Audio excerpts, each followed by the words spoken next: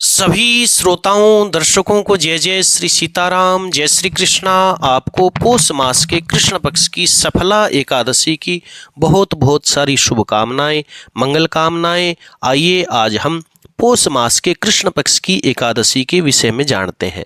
एक बार की बात है, अर्जुन भाव विभोर होकर के भगवान से पूछते हैं कि हे प्रभु, अब आप मुझे पौष मास के कृष्ण पक्ष की एकादशी के विषय में बताइए। उस एकादशी का क्या नाम है, उस दिन किस देवता की पूजा करनी चाहिए, उसके व्रत की विधि क्या है और किस फल की प्राप्ति होती है। हे कृपा निधान, कृपा करके ये सब मुझे आप विस्तार पूर्वक बताइए। तब श्री भगवान कहते हैं कि हे अर्जुन, मैं तुम्हें इस एकादशी के व्रत का विधान बता रहा हूँ, क्योंकि तुम मुझे अत्यंत प्रिय हो। प्रिय होने के कारण ही मैं इस एकादशी के व्रत का विधान तुम्हें बता रहा हूँ। हे अर्जुन, तुम ध्यान लगा करके सुनो। एकादशी के व्रत से ज़्यादा मैं ज़्यादा से ज़्यादा दक्षिणा देने वाले यज्ञ से भी प्रसन्न नहीं होता। अतः तुम इसे अत्यंत भक्ति और श्रद्धा के साथ एकाग्र मन से इस कथा को मेरे से सुनो। हे अर्जुन, इस पौष मास के कृष्ण पक्ष की एकादशी का नाम सफला एकादशी है। इस एकादशी के देवता भगवान श्री नारायण है। अतः नारायण भगवान की पूजा करनी चाहिए। जिस प्रकार नागों में शेषनाग, पक्षियों में गरुड़ और ग्रहों में चंद्रमा, यज्ञों में अश्वमेघ यज्ञ और देवताओं में भगवान श्री विष्णु श्रेष्ठ है, उसी तरह सब व्रतों में एकादशी का व्रत ही अर्जुन सबसे श्रेष्ठ है। जो मनुष्य सदा एकादशी का व्रत करते हैं वे मुझे परम प्रिय रहते हैं। अब मैं इस एकादशी की विधि बताता हूँ। मेरी पूजा के हेतु ऋतु के अनुकूल अर्थात ऋतु में होने वाले फल फूल, नारियल, नींबू, अनार, सुपारी आदि मेरे को अर्पण करे। धूप दीप नैवेद्य आदि से मेरी 1600 उपचार पूजन करे। रात्रि को जागरण करे। इस एकादशी के व्रत के समान यज्ञ, तीर्थ, दान, तप तथा दूसरा और कोई भी व्रत नहीं। 5000 वर्ष तक तपस्या करने से जो फल मिलता है, हे अर्जुन, उससे भी ज़्यादा फल सफला एकादशी का व्रत जागरण सहित करने से प्राप्त हो जाता है। अब मैं इस एकादशी की कथा बताता हूँ। हे अर्जुन, तुम ध्यान लगा करके सुनो।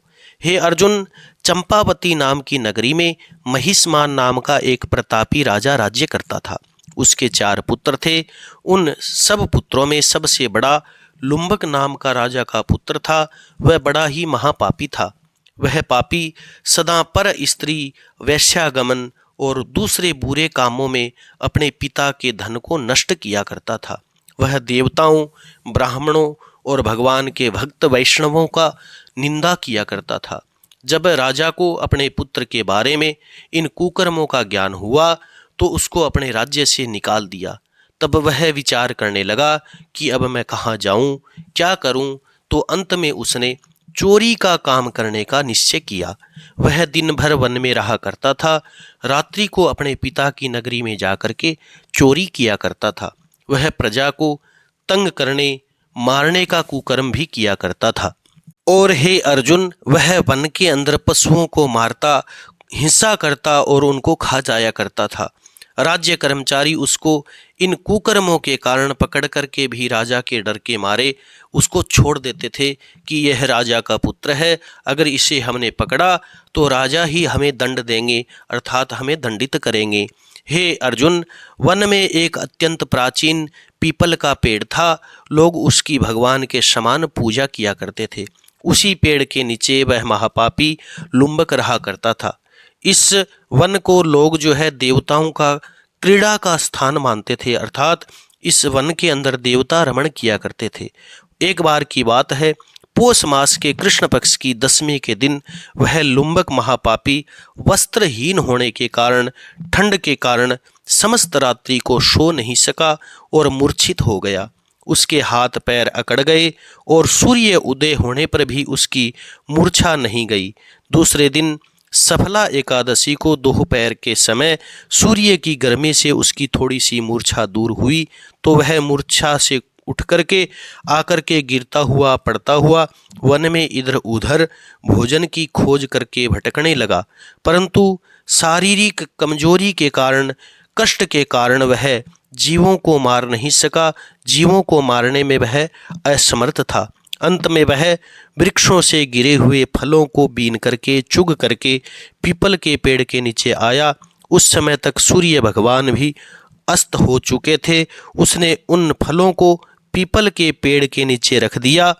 उन चुग करके लाए हुए फलों को उसने पीपल के पेड़ के नीचे रख करके रो रो करके कहने लगा, हे भगवान, यह सब फूल फल आपको ही अर्पण है, आप ही इसको खा करके तृप्त होइए।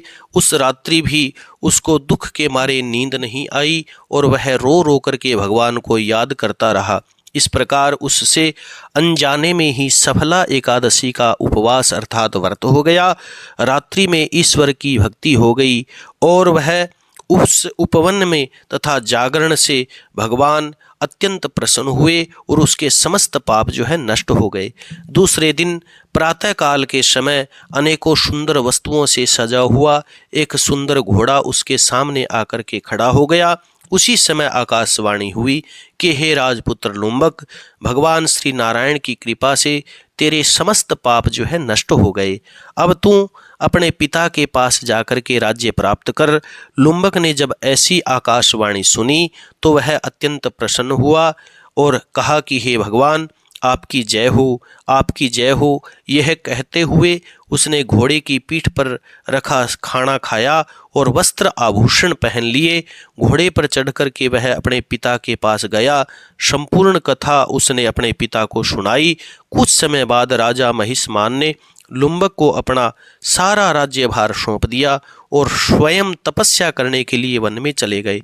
अब लुम्बक शास्त्र के अनुसार अपने पिता के राज्य को संभाल करके राज्य करने लगा।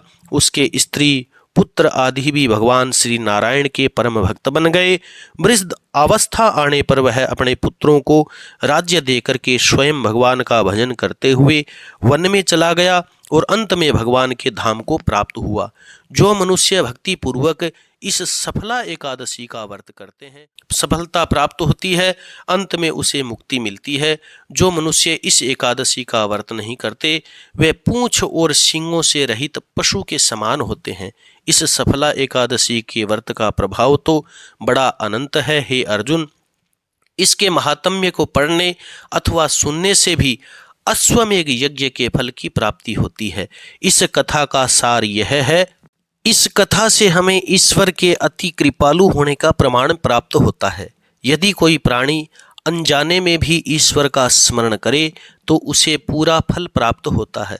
यदि प्राणी सच्चे हृदय से अपने अपराधों की क्षमा मांगते हुए भगवान की आराधना करे तो बड़े बड़े अपराधों को भी भगवान क्षमा कर देते हैं। लुम्बक जैसा महापापी भी भगवान श्री नारायण की कृपा से वैकुंठ का अधिकारी बन गया। तो सच्चे हृदय से अगर भगवान का भक्ति करते हुए, भगवान की आराधना करते हुए एकादशी का व्रत करते हैं तो उनका तो सफल होना और अंत में भगवान की भक्ति प्राप्त करते हुए भगवान के धाम को प्राप्त करना निश्चय ही पक्का हो जाता है। इसीलिए तुलसीदास जी रामायण में लिखते हैं कि भाव कुभाव अनख आलसहूँ, नाम जपत मंगल दिशि दसहूँ।